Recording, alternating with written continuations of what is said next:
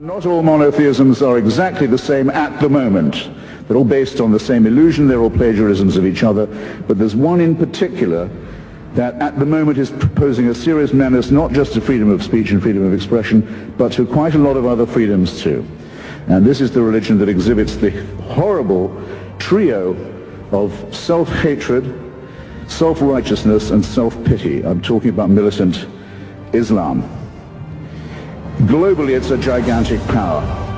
Globally, it's a gigantic power. It controls an enormous amount of oil wealth, several large countries and states. With an enormous fortune, it's pumping the ideology of Wahhabism and Salafism around the world, poisoning societies where it goes, ruining the minds of children, stultifying the young in its madrasas, training people in violence, making a cult of death and suicide and murder. That's what it does globally. It's quite strong. In our societies, it poses as a cringing minority whose faith you might offend, which deserves all the protection that a small and vulnerable group might need. Now, it makes quite large claims for itself, doesn't it? It says it's the final revelation.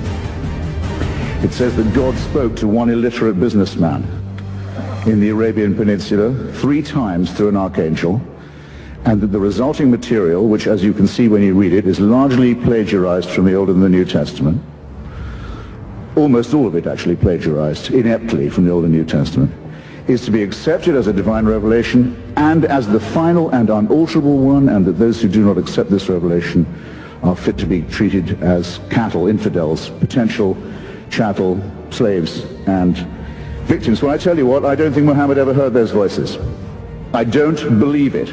And the likelihood that I'm right, as opposed to the likelihood that a shepherd a businessman who couldn't read, had bits of the Old and New Testament redictated to him by an archangel, I think puts me much more near the position of being objectively correct. But who is the one under threat? The person who promulgates this and says, I'd better listen because if I don't, I'm in danger? Or me, who says, oh, no, I think this is so silly you could even publish a cartoon about it? And up go the placards, and up go the yells and the howls and the screams. Behead those. This is in London, this is in Toronto, this is in New York. It's right in our midst now. Behead those who cartoon Islam. Do they get arrested for hate speech? No. Might I get in trouble for saying what I've just said about the Prophet Muhammad? Yes, I might. Where are your priorities, ladies and gentlemen?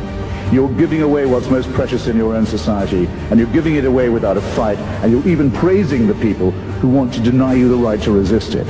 Shame on you while you do this. Make the best use of the time you've got left. This is really serious.